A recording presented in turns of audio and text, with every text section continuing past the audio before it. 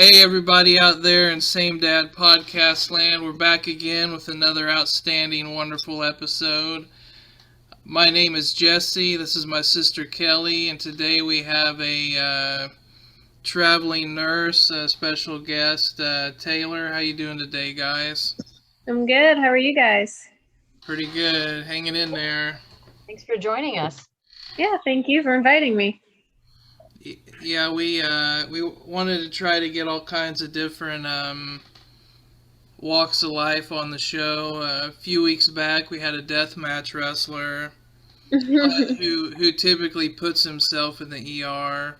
So I figured we might as well have someone that works at an ER jump on here next. So I guess you yourself actually got some good news just the other day. If you want to share it. Well, yeah, I got engaged recently this weekend, and so that's something else I'll be juggling with while travel nursing. So yeah. Congratulations. Oh, thank you. There's my little confetti and celebration. Do you have a date set? No, we're looking into probably next fall. We gotta get the venue that we want, and then we'll go with a date from there. So hopefully sometime early next month we'll get that figured out. That's great. So how does a traveling nurse settle down with someone? I mean, the nature of traveling, I'm sure, puts a little bit of a stretch on the planning. So how does that work? Are you out of a certain area over a period of time, or do you move around a lot? So the travel company I'm going through requires me to at least travel around 70 miles from my home, so to say, that I put on taxes through the IRS or whatever.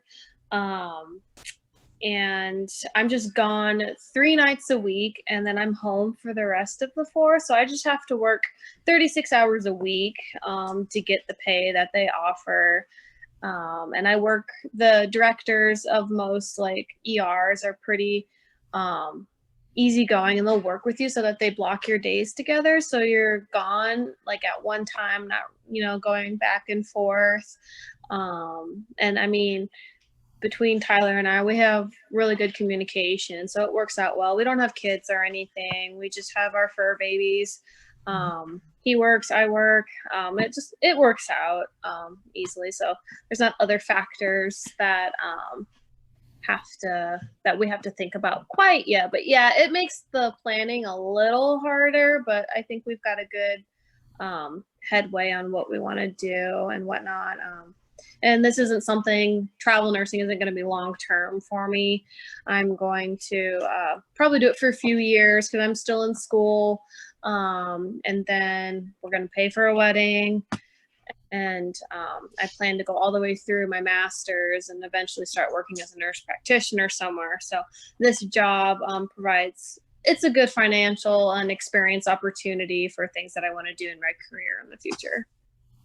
That's awesome. I mean, I've known a few traveling nurses, and everyone's program or their schedule is a little different. Some, travel pretty far, and then some kind of do more of the home-based, or at least within the 70-mile radius you're talking about. So, yeah, I'm sure that you've seen and heard a lot already in your maybe relatively short career. So healthcare industry is always an interesting, especially now, situation. So yeah, I'm sure you've seen a lot.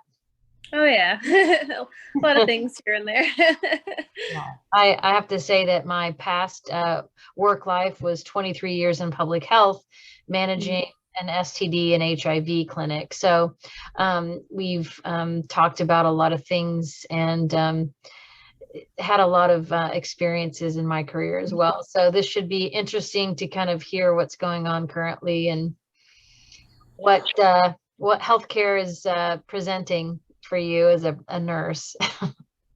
Yeah, healthcare right now. So I became a nurse when COVID just started. So I don't know what healthcare is outside of COVID. I did work as a CNA for 6 years prior to becoming a nurse, but that wasn't an acute scenario. I was working in a long-term care facility. But like with COVID now, it's not easy, but we stay afloat right now. The hospitals, I will say, they're pretty full. The previous hospital that I was working at, we were housing a lot of patients in the ER because the general floors, they're just all full right now with patients. People are, and it's not just COVID related either. It's a lot of it is COVID, but now a lot of people are just really sick people right now. And there's not enough space, and that's a national problem right now, but we make do. And so we'll see how things kind of change over this winter with this new virus that they're talking about. I personally have not worked with it yet, so I don't know the extent of what's to come next with it. Well, just before we get into our conversation a little bit further, I just wanted to thank you for your service and let you know that, what you're doing is really important, especially for the nation right now. So we appreciate your work in healthcare. Thank you. I appreciate it. Absolutely. So how do you know each other, you and Jess? I went in there as a patient. Oh, no. So his wife and I are really good friends, and I'm actually here in your guys' apartment in the other room. But yeah, no, that's just kind of how we knew each other. Nick and I have known each other for I don't know how long. It's been a while, probably since like 2017, and is how long we've known each other. When Eli was a little one. 4 years, yeah. It's been about 4 years since we've known each other, and so now I consider her one of my best friends, and sister. So That's awesome. We're all very close. That's cool. Yeah, it's a pretty good deal. I'm worried that our last guest will be, after hearing this, we'll hear that he didn't get any kind of lodging or guest housing while he was on. Hopefully he won't get too frustrated. Yeah, I'm actually here because I have a new travel assignment in Cedar Rapids, so it's just down the road. So this week, they're letting me stay here to save a little bit of money, so that's kind of nice. Very nice. Yeah, we get a free babysitter out of the deal. That does help. Yeah, I'll take Nicole to get some. We'll go to Chuck E. Cheese and dive in the ball pit, and then I'll take her to a movie or something. Feed her with class, dignity. A $6.99 frozen pizza that they call a Chuck E. Cheese. Hey, a date's a date. It's a thought that counts. Right. Yeah, if it's the thought that counts, it ain't gonna mean a hell of a lot coming from me, but yeah. Well, let's just cut to the chase. The other day you were telling me a story about a guy that got a spatula all the way up his ass. So in the ER, that is a common theme. People like to stick things in holes where they shouldn't. That is one of those things. Spatulas are a common one. Now this was handle and all. It was all the way in there, and this is the and in the image that it was the, speaking of weddings, it was the narrow model used to cut like wedding cake, right? Yeah, so it's the frosting spatulas that you use for cakes, and I make cakes too for weddings. And so now whenever I am baking a cake and I'm frosting the cake, I think of that incident. It's kind of weird, but like what's the point of no return? Probably past the blade, then it tapers back at the handle, and then it's just gone. So there wasn't a blade attached. It was just the plastic part that was in. So that's really, that was really kind of it. That would have been. Did he run in or kind of waddle or? Just kind of strutted in. you know. Yeah, it was just another Saturday night. He was probably watching what was that disco cowboy movie with John Travolta? Urban Yeah. Cowboy. He There probably you watched go. some Urban Cowboy. I bought that spatula, drank a few White Claws, and thought, I'm gonna make a man out of myself tonight. And then it came on to your responsibility to get it out of there. Where I work, we have a lot of insertion as well, but it's up through the urethra, typically. Yeah, tell us about what happened at work the other day that you were told. Yeah, a guy put two number 2 pencils up his urethra, and the nurse couldn't get him out, and then he got him out himself. Dear.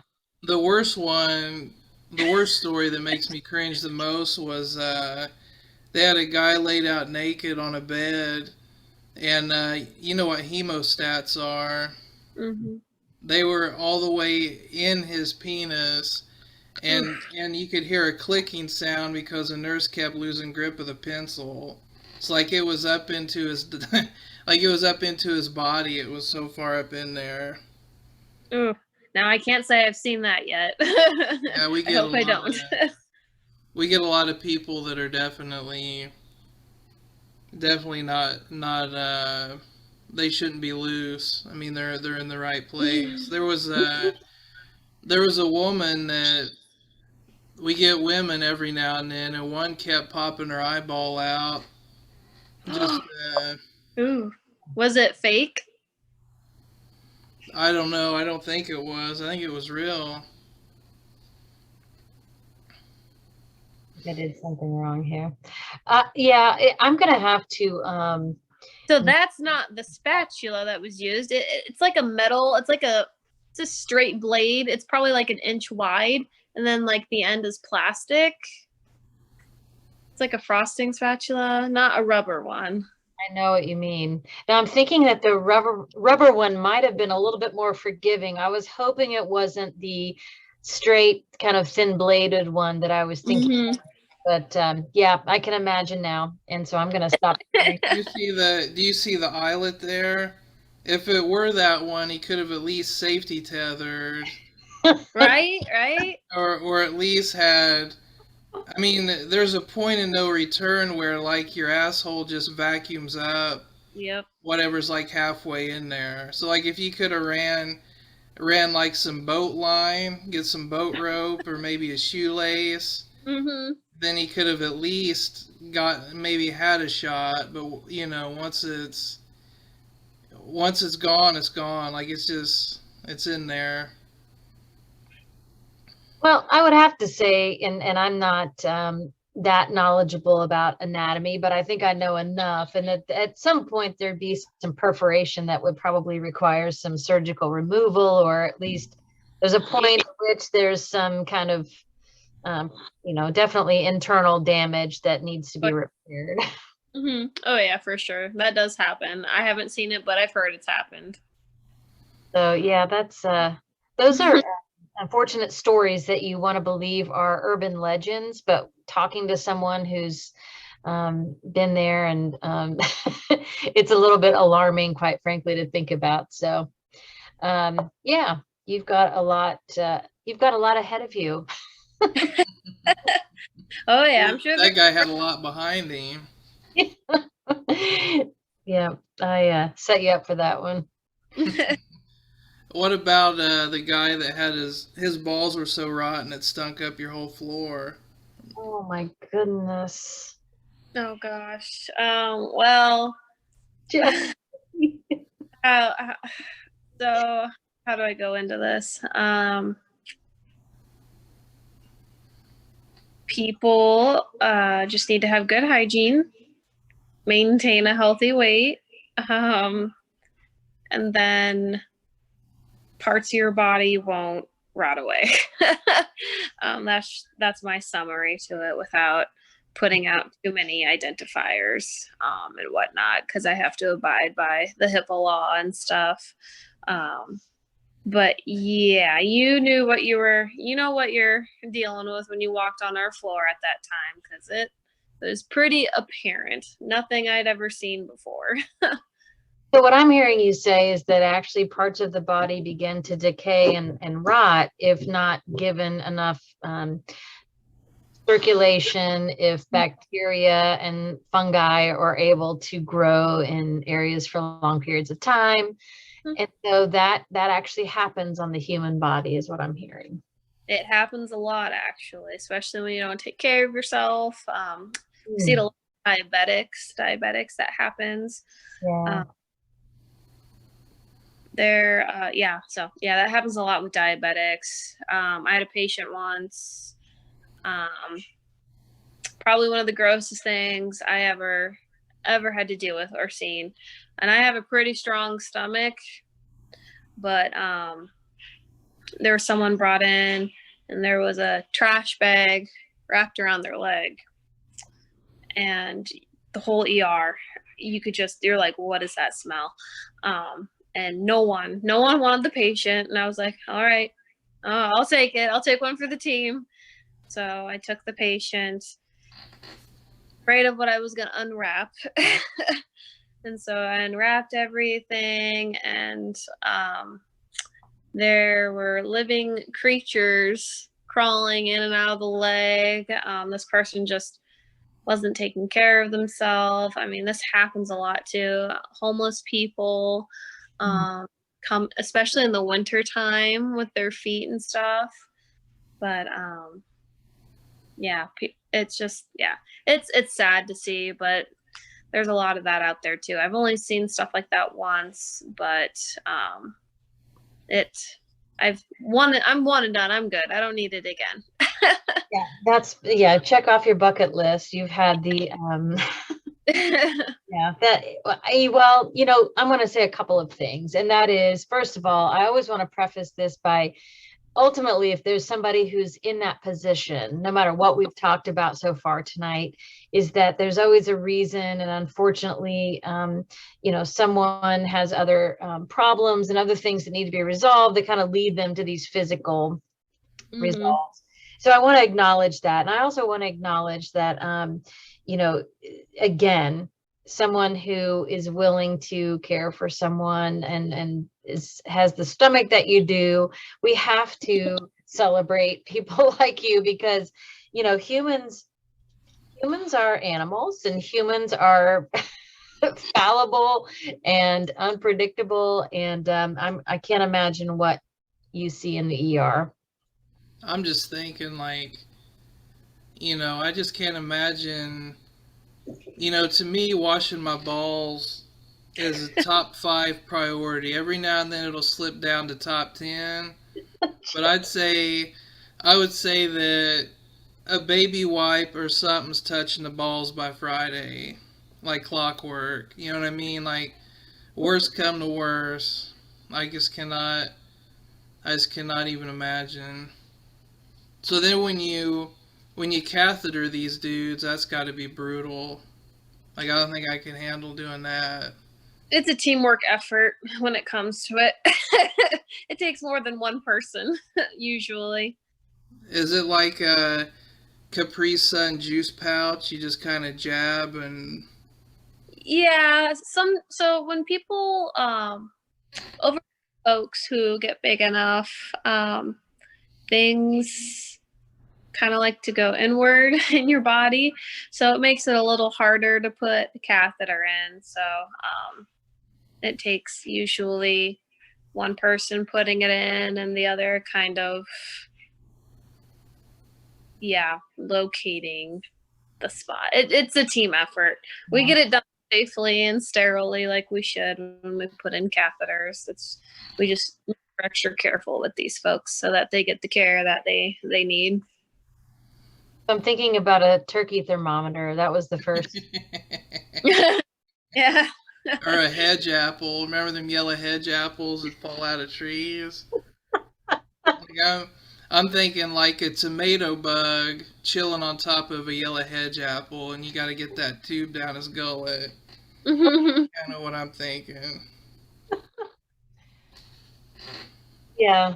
I have some stories as well from our STD clinics over the years, and unfortunately, you're saying a lot of them had to do with hygiene practices, or unfortunately, people that were dependent on substances, they would forget that maybe they had inserted something, or, they just kind of lost track of days. And so they would come to our clinic because of either an odor or an itch or some sort of symptom. And while there might have been a bacterial infection, really the source was a foreign object. So again, I think that's a common situation. Oh, how did we get here, Jesse? Thank you. Yeah, hey, no problem. That's what I'm here for. A story that I've heard from another person, they found a potato in a female's vaginal area, and she left it in there so long that it sprouted, and they had to surgically go in, remove her uterus and everything and stuff. And I was like, whoa, that's crazy. And I guess this was a very long time ago, but that's probably the craziest thing I've heard be put somewhere where it shouldn't be. Man, that's crazy. How many of you have ever let a sack of potatoes go bad in the back of an old Lazy Susan? Old potatoes smell like rotten meat. And so I'm going to just leave that sitting there, but I can't. Yeah. Oh gosh, that didn't alarm her partner any or anything. Goodness. I don't know. Who knows if this person had a partner? I don't know. Yeah, Mr. Potato Head. Oh gosh. Gosh, that's crazy.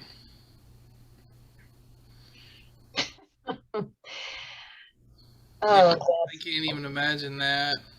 Me either. I don't know what I'd do, honestly. Yeah, save it, put it in a pickle jar or something. Oh Lord. Or as Dad would always say about anything gross, make soup out of it. Oh gosh. Yeah, it was already marinated or whatever. You probably some potato au gratin, nice and rotten. Well, with COVID, wearing a mask all the time has its perks some days with some of the things that come in. Yeah. I had nurse practitioner friends that would put Vicks underneath their. Yeah. I have essential oils. I'll put lavender or peppermint sometimes on my mask if I know there's something that I'm going to have to face that's very strong. Yeah, that's unbelievable. Tricks of the trade. So, how many people come in that are just that are on meth or have some drug dependency? Do you ever get a guy that just keeps coming in just to become? So at a hospital I used to work at, that was probably 90% of the clientele.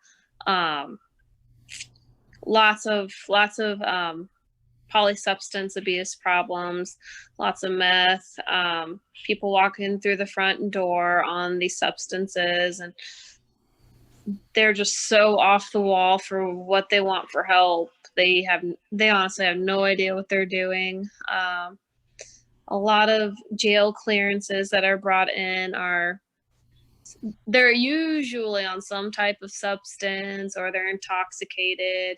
Alcohol intoxication is a lot.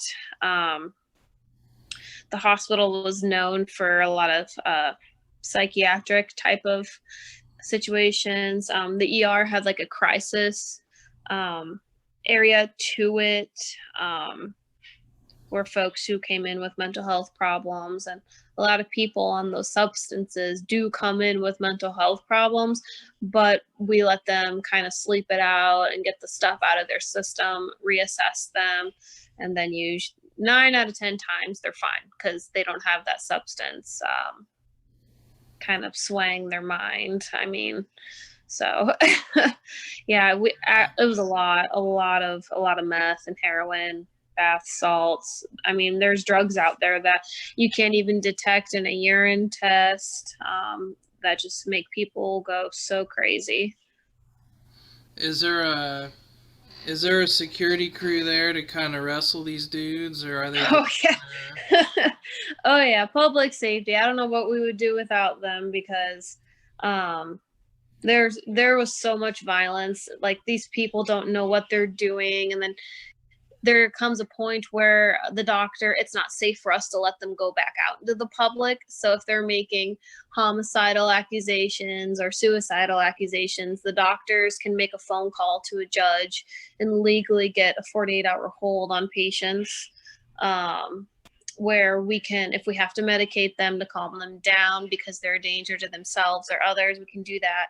When it comes to that, public safety really comes in and helps, because then a lot of times we have to go hands-on, which means they have to hold them down or chase them down. And they're there for our safety too, because a lot of people do, even with public safety, we try our best, but we still get hurt. It happens. People are quick. We take a class called ProAct prior to starting our job on safety techniques and things like that with these patients, because they did get pretty wild. But public safety there is a big help. But if people are in jail custody or police custody, police are there all the time. But like, if one of us were to get assaulted, we do send them to jail. We don't keep them there, because then they can get charged for it. We do that often. We draw a line where if it's purposeful, the person was in their right state of mind. If they're not in their right state of mind, it's kind of different. If they didn't know what they were doing, but if they intentionally knew what they were doing and they're under the influence of meth or heroin, we don't tolerate it, because it's not safe for the work environment. Yeah, it's true. They probably have like the strength of 10 guys when they're amped up like that. I can't eat. Like, there's been folks that it's taken all of public safety and some of the nurses. I mean, there's been situations where it's taken like 10 police officers to manage a guy. They bring him in on a wagon, and it's crazy with some of the stuff that happens, but we're glad that they're available for that help, because then we can't do our job. Yeah. So would you say that that's part of modern nursing, or is that probably nursing 101 to expect that, anyone who walks through the ER doors, or maybe, I guess, being that it's emergency by nature, I mean, you're liable to see just about anything, or the worst of the worst. And so did you feel adequately prepared in for what you're seeing now while you're on the job? So the hospital that I was at was primarily is known for their mental health and psych situations, because they're also a nonprofit. A lot of people go there for because they don't have insurance. That now, being prepared for it, like outside of school, no, I wasn't prepared for it. It was a big shock, a really big shock. The first time I had to go hands-on with a patient, and it was a very violent situation. I was by myself. I was still on orientation as a nurse. I might have had an emotional breakdown, but it was okay. I honestly didn't know how to process it or what to do. But now it doesn't really faze me anymore. It was an everyday thing, everyday occurrence. Now the medical aspect of it, as far as like COVID and things, no, we weren't prepared for that. Going out of school and starting. Nursing school prepares you to take your boards, to take what the state tells you to do. It doesn't really, in my opinion, prepare you for the real world. It does to a point, like some basic knowledge, but when you apply it hands-on, it's a totally different feel. For those that are book smart, that's great, you get through school, but when you apply it hands-on with your patients and kind of connect the dots, that's where it gets a little tricky. But I've been a nurse for just over a year and a half, and I feel pretty confident, but I'm still learning. There's so many things out there that I don't know yet, but that's common with, you know, healthcare in general for anyone. Well, you're still in it, right? It's not like you dip water and 3 months later I'm out. This is not for me. This is where you want to stay. This is where I want to stay now. Being a floor nurse, I know I can't do it forever, but that's why I'm still in school, and I want to keep going because I know I can do more with myself. I can provide more for those. I like to challenge my brain a little bit more. So hopefully the end goal is becoming a nurse practitioner, working in a clinic somewhere, but we'll see when the time comes. That's great. Outside of the drug addictions and things of that nature, what's like if you're allowed to say, what's a common injury that you see often that people are coming in for, like a household thing? Or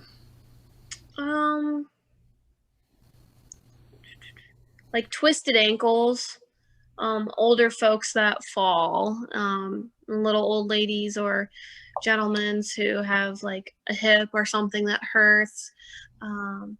Little kids like to grab hot things off of tables and dump like a hot drink on their hand or something. That happens often.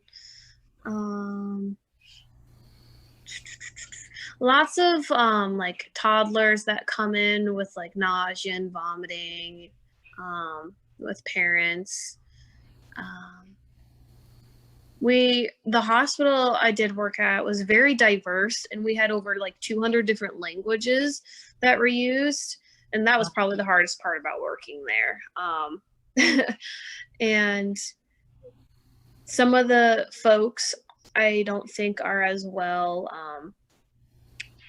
they're not as well educated, I would say. That sounds kind of derogatory, but they didn't like live in the United States their whole entire lives. So kind of like what they were raised under and the environment they were in, they don't necessarily know as much and what to do for something as simple as their 2-year-old that's nauseous and throwing up their food for a day. Now, if it's been ongoing for like 3 or 4 days, then yeah, that's concerning. But if it's been ongoing since 2 hours ago, it's like, well, it's hard for us to kind of know what's going on yet. We don't know the severity of it. That happens a lot.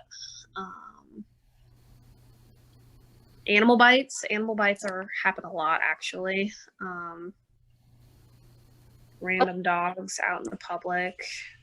I was going to say animals. Have you been part of a case where there's been some sort of like, I always worry about snakes and lizards. Any of those kinds of bites? No, I haven't had anything like that. I had a child that was bit by a rat. That was one. But that's probably the weirdest one. But otherwise, it's usually dog bites, and I've had a couple cat bites, but usually just dogs. I remember you telling me that they use just a couple of funny things. You'd mentioned that they put molasses in their enema fluid, and I can't imagine anything molasses would be affiliated with making anything move quicker or be. I would think that would gum you up. Yeah, with the term slow as molasses, slower than molasses. I don't know. Honestly, I don't know either. The first time a doctor told me to do that, I thought they were joking around. They told me to go heat up some molasses in a microwave and mix it with some milk and put it in the enema. And I was like, what? And so they're like, call a kitchen and go get some. And I was like, really? So it works. I've seen it. I've done it a few times. You think if a guy's in a jam, a little bit of Mrs. Buttersworth will get him going? Like if it's Sunday at like 3 a.m. and I really need to go, I got a softball in there. You think if I just shot some milk, some 2% milk and some Buttersworth up there, I'd get the old Evan Rood running? I mean, maybe if you stick a tube up there far enough to put pressure behind your bowel movement, so that water pressure that's behind it would hopefully help. push your softball out, but possibly, but I need some molasses up my asses. Then another one you told me too was to throw sugar on a prolapse rectum. Yeah, so How much was sugar? Hell, I emptied the damn sack. So I've never actually done it before. I've been told by doctors that they do that, and I guess like up in like kids who are admitted to the hospital, if there are kids with that problem, I guess it's not uncommon. I don't know because I don't work with peds a lot, but I don't know how much sugar they use. But I was just told that you just sprinkle a little bit of sugar, and it's something with some chemical reaction that just kind of makes it go back in. Sweet and low, maybe. So it's like salt on a slug. It just kind of goes. Yeah, essentially. If you look it up online, I mean, Dr. Google only goes so far, but yeah, I had to look it up myself to verify. Dr. Google scares me. If you stub your toe, you don't have much longer to go. Pretty much. Anything you look up on Dr. Google goes straight to like, you better get everybody at the house. You ain't got too many more WrestleManias left in you. Pretty much, yep. Yeah. I kind of looked, kind of checked in on some of these shows that came out, like on TLC, like Dr. Pimple Popper and some of those, to me, just hard to watch. I'm watching through between my fingers.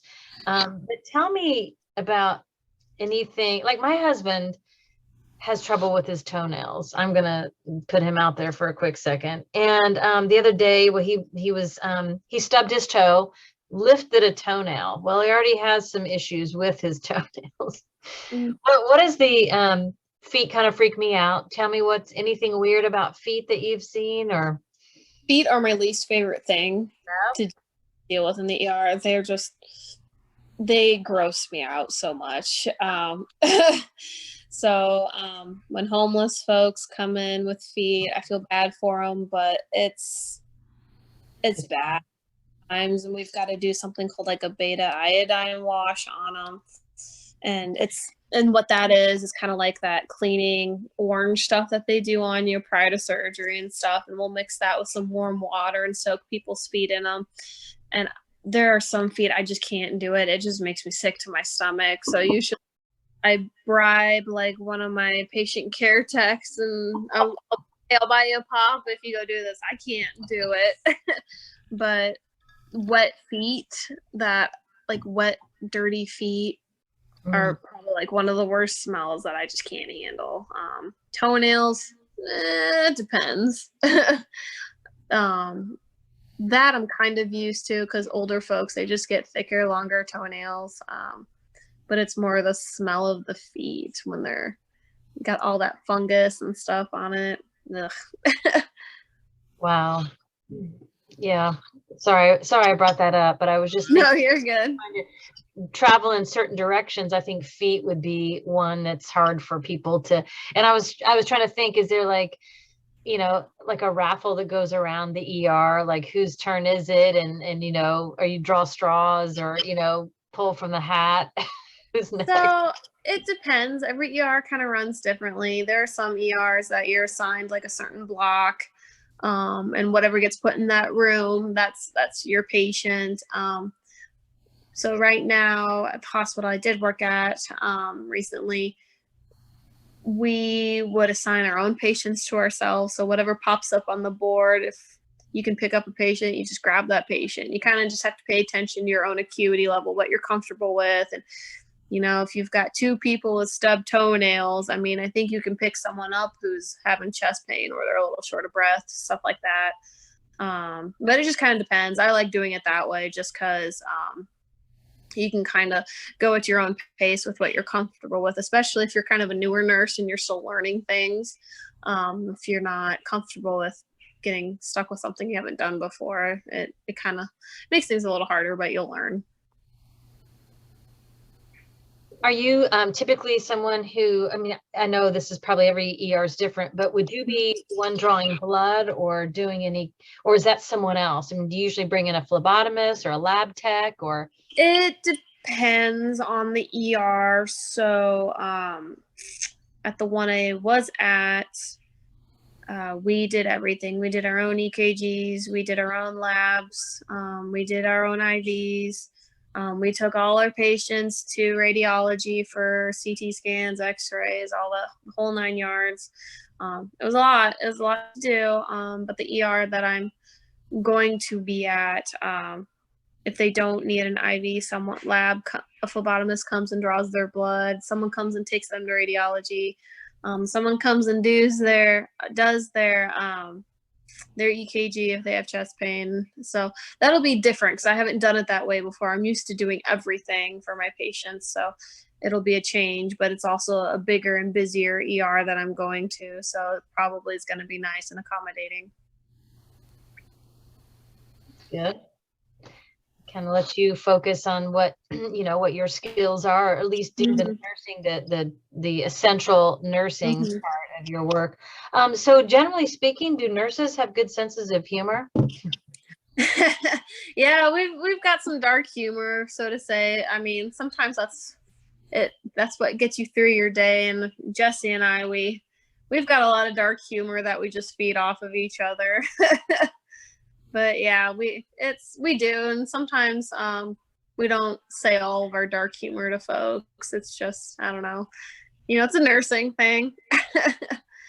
I've known enough nurses in my life that I think I know, and usually some of my favorite nurses have learned to pretty well be themselves. And you take me, what I am. I'm here. I'm here to do whatever's needed. And I think nurses oftentimes are the unsung heroes. They really are kind of the in essence, other than what's on paper, they kind of are the primary caregivers. I mean, they're the doctors in so many ways. And so I want to acknowledge that along the way too here. So yeah. That's cool. Yeah. You know where I can get a bag of them socks? There's nothing more comfortable than them hospital socks. Listen.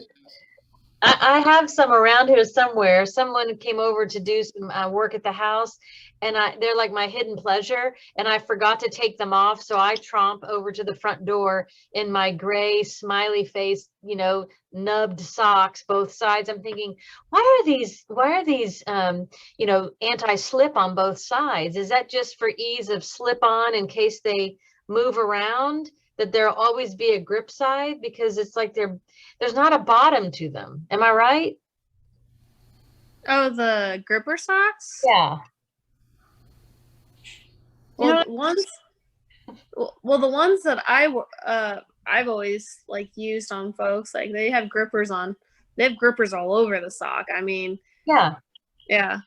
So I'm thinking to myself, why on the top? But I'm imagining as people shift in a bed, and if they have to get up to go to the bathroom, at least there's nubbins always where they need to be, which is, that's what the deal is. But especially if you've got a confused, elderly patient who doesn't ask for the help like they should when they get out of bed, at least they have something on their foot, no matter how they move and stuff. Okay. That's what's kind of nice about them. God, I love those socks. They're the best.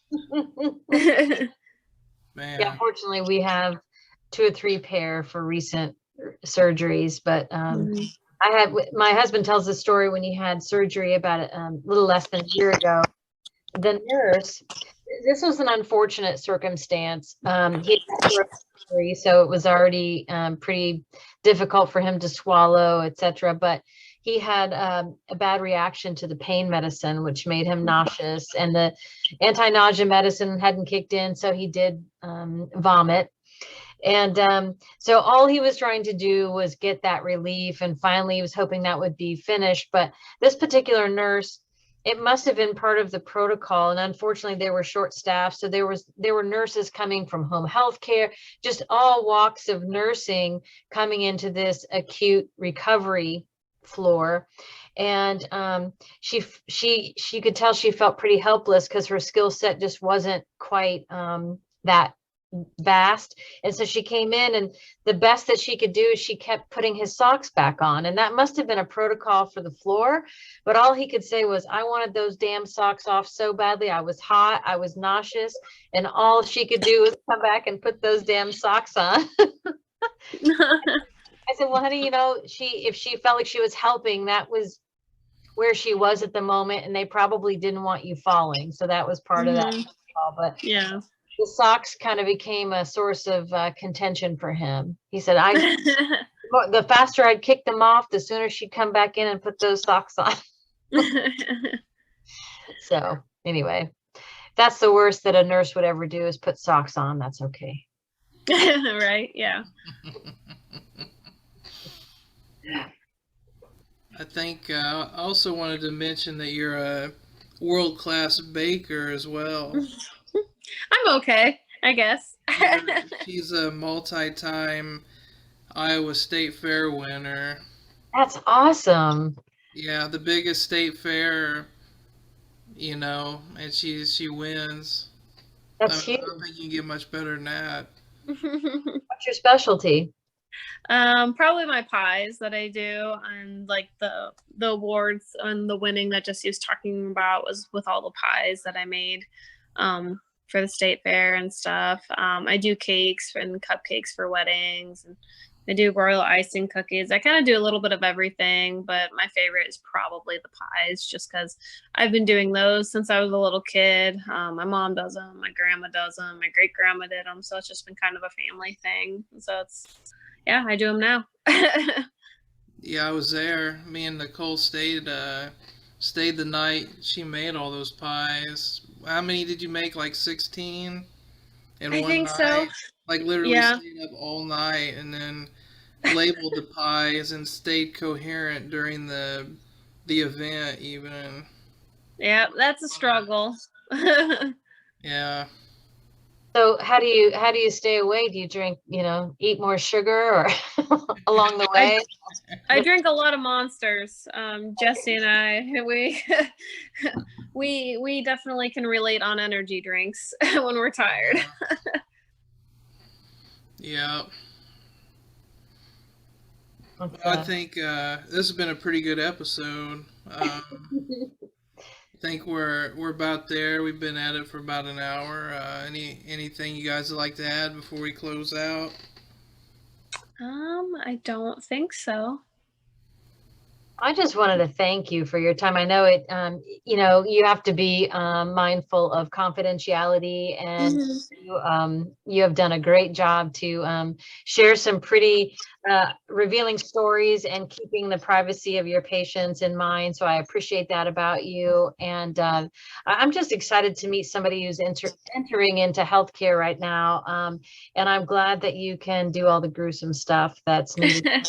And so I'm glad to have you in our system. So thank you. Well, thank you. I appreciate it. Well, guys, in closing, I always say support your veterans, take care of your mental health, and support autism awareness. Anything positive that has to do with autism research and any kind of assistance towards autism, I always support. And my son has autism. I love him. I'm proud of him. So I always like to mention that. We're on all social media platforms, all podcast platforms. Just Google SameDadPodcast. If you like this video, subscribe. We appreciate the views and the subscribers and the support.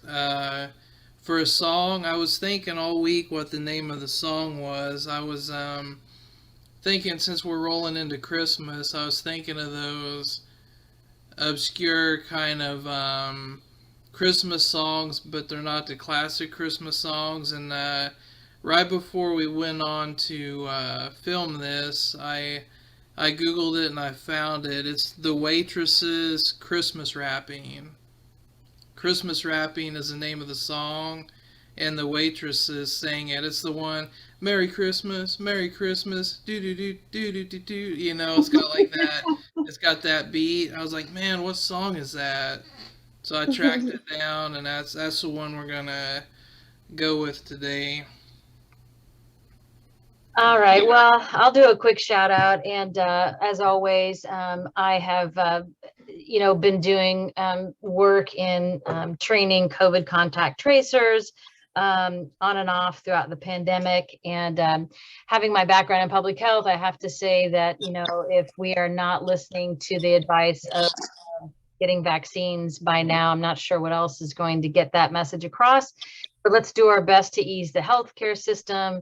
I don't think these stories are bogus. I think that hospitals are filling up with unnecessary COVID infections. And so please consider talking to a trusted source, getting your vaccinations, getting boosted, being mindful of your elderly family members at Christmas time, making sure that we protect them.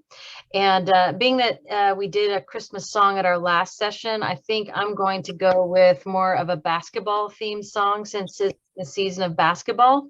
And I'm going to go way back 1985. And I believe it was Salt and Pepper. And it was during our sectional time with a song called Push It. So I'm going to put that out there as my song tonight. All right, sounds good. Anything you'd like to say, Taylor? I don't think so. I want to thank you guys for having me. This was fun and interesting to do. I've never done a podcast before. Neither are we. This is our first too. Well, we're getting up there in viewers. About every day there's another handful of viewers, and we definitely appreciate it. We're over 370 views on YouTube, and That's awesome. All the podcast platforms just passed 80 the other day, so it's growing every day. I get on there and check. So we definitely love the support, and it was fun having you. And to all our viewers out there, have a good holiday and take care of yourselves. We love you. Thanks. Bye.